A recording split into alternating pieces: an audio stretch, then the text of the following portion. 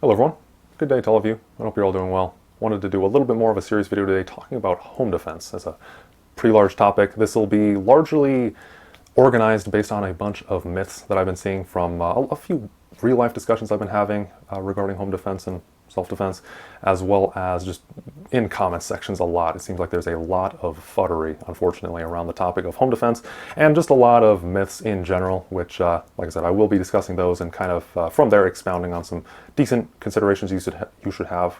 But on the same note, don't take anything that I talk about in this video as gospel, because I only know my own living situation. I will be generalizing a lot, but understand that there are some things that will just not be applicable if you're in a more rural living situation or a more urban situation. All that will change, and of course, a big factor that will also change is your local laws, which is not something I'm going to be going too far into because I'm absolutely not a legal expert. That's not my area of study or expertise.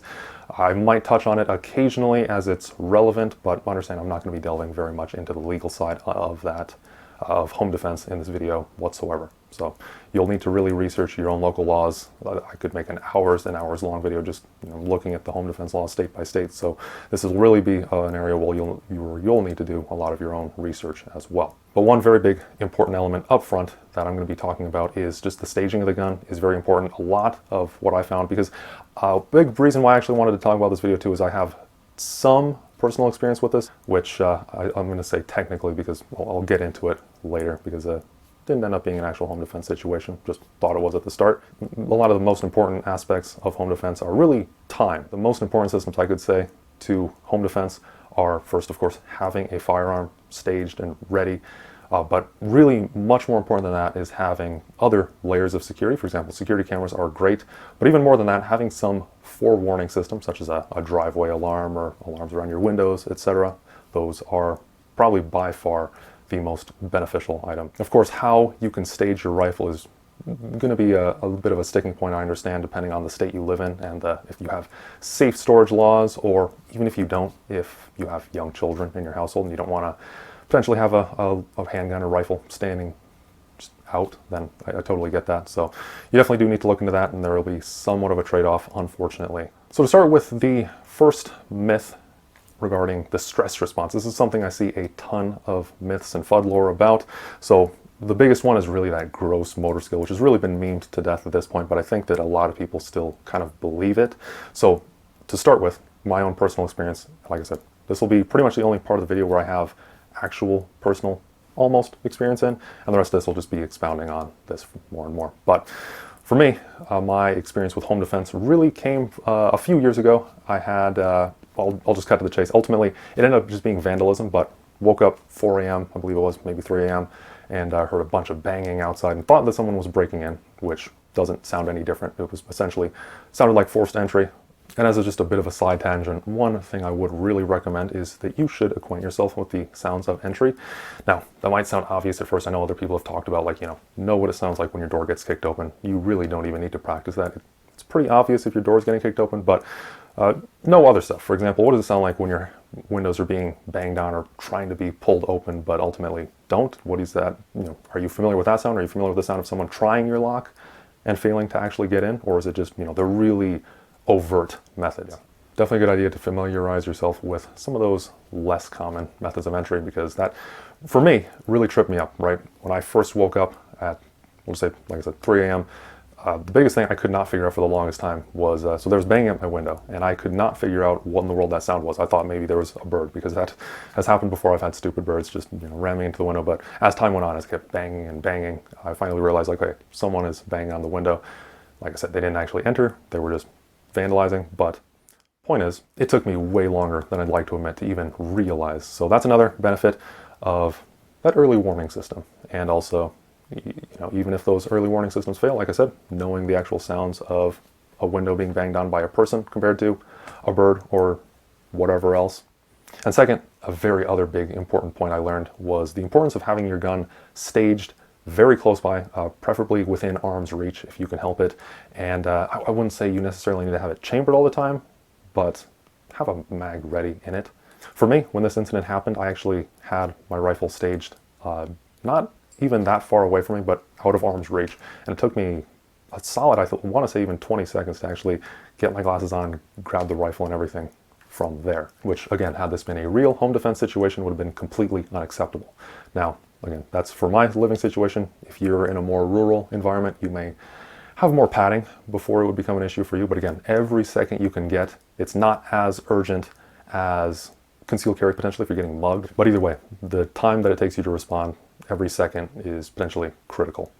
So that was a pretty long side tangent, but to get back to the main point regarding the stress response. So once I determined that someone was, as I thought, trying to force entry, once I grabbed my rifle, just, in complete darkness, it was not hard to just find the charging handle, rack off the safety, because I did have an AK at the time that I was using for home defense, and then just preparing in case they actually did enter. So the two myths that I see around the stress response are that one, you will be too tired to respond correctly to the threat. You won't really know what's happening in a home defense situation because it'll be the middle of the night. You'll just be so tired from being woken up that you won't be able to operate effectively.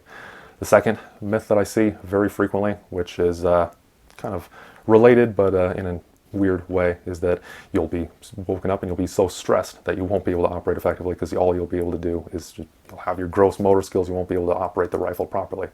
So for me, I really didn't have any of those. Like I said, I was able to manipulate everything on the rifle perfectly fine and chamber around, and I didn't have any issue with gross motor skills. If you practice even a relatively small amount, which I would recommend getting as much practice as you can, but like I said, just knowing the basic fundamentals of just operating the rifle is all you really need to not have a gross motor skill response. It's really not an issue. Similarly, I was so stressed out in that situation, you're not going to be tired whatsoever. You will not feel that way. The amount of times that I've seen either one of those comments or mentioned in real life is really surprisingly a lot. So you really won't be an issue unless you truly never ever train. But I think if you're even watching this video, you probably do. So moving on from those myths, one other recommendation I wanted to mention regarding the storing of the firearm, preferably in arm's reach, like I said. One other reason for that, and also kind of a little side note, I would say try to have it in a very consistent spot. So for example, if it's on your bedside, which would probably be the best option, if it's a rifle, get an actual rifle rack. Don't just prop it up there. The reason I recommend that is because for me, when I had to reach around for my rifle, part of the reason it took me so long was because I wasn't placing it consistently. I had it kind of over on the far wall, but it wasn't in the same spot every time. So I kind of had to fish around for it in the darkness. So if you have it in arm's reach on a rifle rack that's always exactly in the same spot every time, you can just reach over, grab it, and know exactly what you're grabbing, and easy from there, rather than having to hunt down what you're looking for. Beyond that, let's look at a few myths that I've seen regarding the setup of a rifle or shotgun, handgun, whatever you end up deciding to use, which I am going to discuss a bit as well. Let's just start with the biggest one that I have, again, seen a rather disappointingly large amount of times, whether or not you should have a weapon-mounted light. So first off, I would recommend a rifle, which I'll get into more later, but either way, even if you use a handgun or a shotgun, you should have a weapon-mounted light on there. So starting with the myth that I've seen, again, repeated more than once, unfortunately, is that you don't need a weapon-mounted light because you have your light switch. You can just flip on the light and you'll be fine. The problem is that this myth assumes that you control your lights. So that's going to sound crazy, and I'm wording like that deliberately, but let's think about this. In your house, let's assume you just live in a pretty average, either suburban or urban house. It doesn't really matter. Apartment, same thing. You own your light switches. You control your light switches. Of course, you control the actual light fixtures in your house, but you do not control the grid electricity. So around here, I have fairly reliable electricity. I have the lights on most of the time, but even here, I've had blackouts on occasion. And that's also to say, do you control your fuse box in your property, but are you actually in between your bed or wherever you are in the middle of the night? I don't know. Are you in between your bedroom and the fuse box? In other words, if someone were to break in, are you able to prevent them from having access to the fuse box and potentially flipping off your power before you can do anything? Unless all of that is true and you also have backup generators and you run off your own power, you don't actually control the lights in your house. So with that being said, you should have a weapon-mounted light. That way, you always have some way to illuminate, because you absolutely do not want to just be shooting at shadows in the dark, especially if you live with other people. Even if you think that you know their schedules.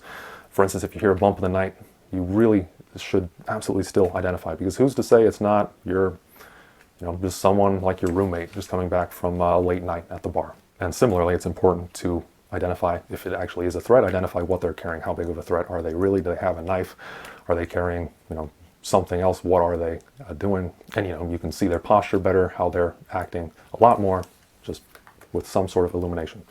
If you have lights and you can flip them on in your house, that is wonderful. But again, you really should not rely on it unless you actually have control over the electricity going into your house. The second myth I've heard regarding a weapon-mounted light is, I think, more so well-meaning, but I think it is more so rooted in the concealed carry crowd, which doesn't fully apply to home defense, and that is that you shouldn't use a weapon-mounted light because you're going to be flagging a potentially non-threat.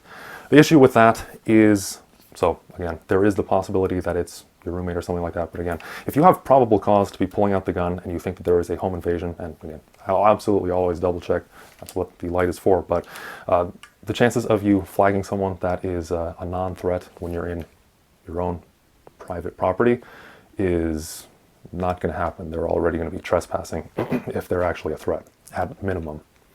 All right, now for the big myth that I have seen repeated ad nauseum regarding overpenetration. This one is talked about a lot, and ultimately, part of the reason there are so many myths around it is because it is pretty subjective to your exact living conditions, but I will say that generally, unless you live in a complete bunker, this is going to be something you'll have to worry about.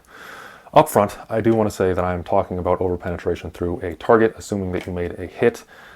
If you have an effective terminal bullet, for example, for me, I usually use Barnes TTSX in 5.56, which 5.56 would be my recommendation, some sort of intermediate rifle caliber for home defense. Something like that, if you miss, it's most likely going to overpenetrate. This will be across the board, even if you use buckshot, a handgun. Actually, handgun, particularly a lot of the hollow points have a particular issue with that going through drywall that I'm going to discuss later. But pretty much, if it can take down a person and you miss, it's going to overpenetrate bad. So getting started with that, of course, I mentioned already, caliber choices, I would recommend intermediate rifle cartridges, but second, really a lot more than that, I would recommend to absolutely test your bullets, or at least just do a lot of research on how the bullets actually fare when they're shot through ballistic gel or some sort of consistent type of testing medium to understand what they'll actually do. So this is a spot where I have a particular issue with handguns and pistol calibers because a lot of the good, or good on paper at least, defensive loads are just a regular hollow point.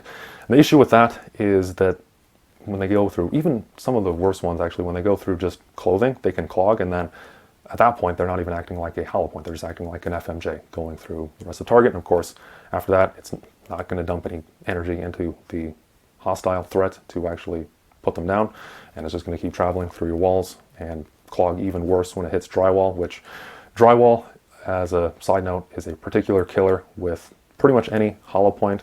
There are a few that resist the effects, but generally, if you miss and you have a hollow point bullet, unless it has a ballistic tip, it's going to go basically like an FMJ. On the other side of the spectrum, I do see people recommending sometimes to use a frangible bullet. The issue with those is, yeah, they won't overpenetrate, but they also won't really have much of an effect on the target either. Furthermore, the frangibles that I'm aware of, I don't really know of any that are particularly reliable. A lot of them can deposit just all that frangible crap a little bit into the gun itself over time, and you really need to make sure to clean your gun out properly after that. They do cause issues with a suppressor, which if you're allowed to have it in your state, I would recommend it as well, which I'll touch on later as well. Don't want to get too much on the sidetrack right now. But really, yeah, the issue I have with frangibles is just their reliability, both in the rifle itself and cycling it, as well as the reliability or unreliability in actually putting down a threat. Moving now to the elephant in the room, discussing overpenetration, the one that everyone, it seems like, is aware of and is definitely overrated, is the 12 gauge buckshot. Of course, the shotgun is really decades long kind of standby that a lot of people just recommend right off the bat for home defense. There are huge problems with shotguns, and I would not recommend them whatsoever because you need to be accountable, and rather you are accountable for every single shot you fire. The problem with a shotgun is, of course, every pellet is going to scatter, and they have very tight patterns at close distance, of course, but one issue with them is they're not always, and sometimes you'll have just a random ninth shot flyer, for instance, that just goes way bottom left or bottom right, and that thing is going off into space. Double-aught buckshot, for instance, is usually what I see people recommend for home defense, and the problem with that is a really, really bad round as far as overpenetration is concerned. Again, even if it hits a threat, likelihood of it continuing on after that, even if it's just a few pellets, is pretty likely. And again, if you do have a flyer, that is even worse because that is going through walls for a long time. Again, taking this to the opposite side of the spectrum, looking at birdshot, or I've also seen number 4 buckshot recommended quite a few times. But for my own testing with my father, he does a lot of good ballistic tests on his channel, which I'll have linked. The problem with that, from what I found, is it really isn't good as far as terminal performance in a threat again. So this might just be a case where some number 4 buckshot does well and others don't. But really, that brings me to another point, another problem with shotguns and shot in general, is that it is very inconsistent. You could have very good results with one compared to another just from, even the same box, and it'll have totally different things happening. If you do decide to go with a shotgun for home defense, I would say just absolutely make sure to pattern your chosen load. And if there is terminal ballistics data available on that load, then I would highly recommend research that as much as you possibly can. But absolutely do pattern it at multiple distances, 5 to, 15 meters, which is really a long shot for home defense, but still, may as well just get the maximum that is possible in your home and just understand how that is going to pattern and do it for multiple shots, definitely to see if there's flyers, or at least what the likelihood of a flyer is, and just really understand all that data going into it. That is another myth that I do see, that you don't need to aim with a shotgun, and that's why it's so great for home defense, which again, I did kind of touch on this already, but shotguns do actually pattern extremely tightly at close ranges, and even without a choke, even when you get to the shorter barrel shotguns at like 18 inches, they're still very, very tight groups. They're very tight patterns. So again, absolutely do pattern it and understand you do need to aim. Now, the benefit of shotguns is that, of course, unless you have absolutely god-awful shot placement, it is most likely going to be a one-shot stop. The issue is that you have very limited magazine capacity. You might say, that's ridiculous, but the likelihood of you having multiple home invaders is rare, but not at all unheard of. So do consider that. What is your follow-up time? Furthermore, what's the likelihood someone else might need to use your home defense gun? For instance, if you have a wife or just anyone of a smaller stature in your house that might need to use it, can they even handle the recoil of it effectively? On 12 gauge buckshot, the answer there, a lot of people cannot handle it. So I would definitely take that into consideration too. And that is why I like 5.56 or 5.45, again, those intermediate cartridges, semi-auto. You have much quicker return capabilities, super low recoil, but really, really good devastating terminal performance with the right bullet. Again, don't use like an MA55. And there actually is a little bit more I wanted to touch on as far as handguns for home defense. So really specifically touching on handguns, not so much pistol caliber carbines, though also, if you're going to go with a pistol caliber carbine, why not just go with a full rifle caliber, personally. But specifically on these, the issue I have with these for home defense is that these are not an ideal home defense weapon. They're a lot less easy to control. You require significantly more training to get to even a comparable level of performance with a handgun as you would with a rifle, even right off the bat as far as a novice shooter is concerned. And again, you will never match the terminal capabilities of a rifle as you would out of a handgun. These are anemic, ultimately. Handgun cartridges are designed for concealment. They're much more portable. Ultimately, handgun rounds are all a compromise favoring just portability over anything else. And I do understand why a lot of people do use handguns, because you can set it up for both your concealed carry in the day and then for your home defense when you're back in the house. So I do understand that as far as a budgetary or just a storage space concern, but just do understand what you're getting into and do understand the much higher level of training that is needed to be proficient to the same level that you would be with a rifle. Now, since I was recommending intermediate rifle cartridges for home defense, does take me to my next point of what type of rifle would I actually recommend that you select. And I'm not going to spend too much time on this because I know that this gets talked about ad nauseum, and ultimately you're probably fine with almost anything. But if you can have like a grail gun type of thing, I think the ideal setup for home defense would either be a bullpup, though if you're wanting it for anything outside of home defense, they do have their own drawbacks. But as far as just inside of a house, they're pretty optimal. Or alternatively, an SBR. So issue you do run into with an SBR is I would say that for home defense, you almost need it to be suppressed because these have an ungodly amount of concussion. And if you've ever shot in an indoor range, it is even worse when you're actually in a house. Houses just have much more confined rooms just in general, of course, compared to an indoor range where you have the actual 25 meter, usually a maximum, just distance out there, plus all the other bays next to you. It's a lot more open, even though it is indoors. And even then, like I said, the blast is usually pretty bad. So on a house, it's significantly worse.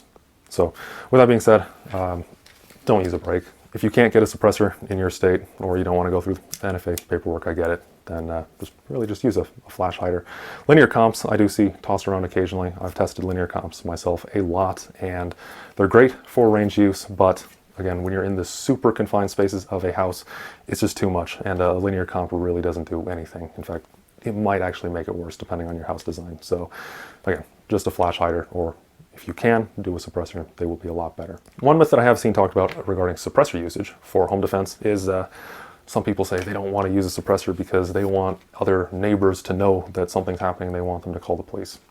That's really, frankly, stupid, because if you're using an intermediate cartridge like a 5.56 or 5.45, again, these are not going to be hearing safe at all already. What a suppressor is really just going to do is save your hearing from being as damaged after the fact compared to if you didn't have a suppressor. Everyone in the neighborhood is still going to hear a suppressed gunshot from a 5.56 going off, so I really would just disregard that argument entirely. Unfortunately, like I said, I have seen it more than once. And of course, have a sling on your rifle. Very essential for retention, especially if it is extremely close distance. You don't want someone else taking the rifle from you. You want this retained on you. Last thing I wanted to touch on gear is somewhat over-preparing. Nothing wrong with that necessarily, but kind of know your limits. So specifically talking about the fancier gear, such as nods, helmets, plate carrier, body armor in general. The issue with it is if you want to own it, by all means, go for it. The problem is, for home defense, you're almost certainly not going to have time to actually don any of it. So most likely in home defense, all you're going to be able to use is whatever's on your gun and whatever else is on it at the time.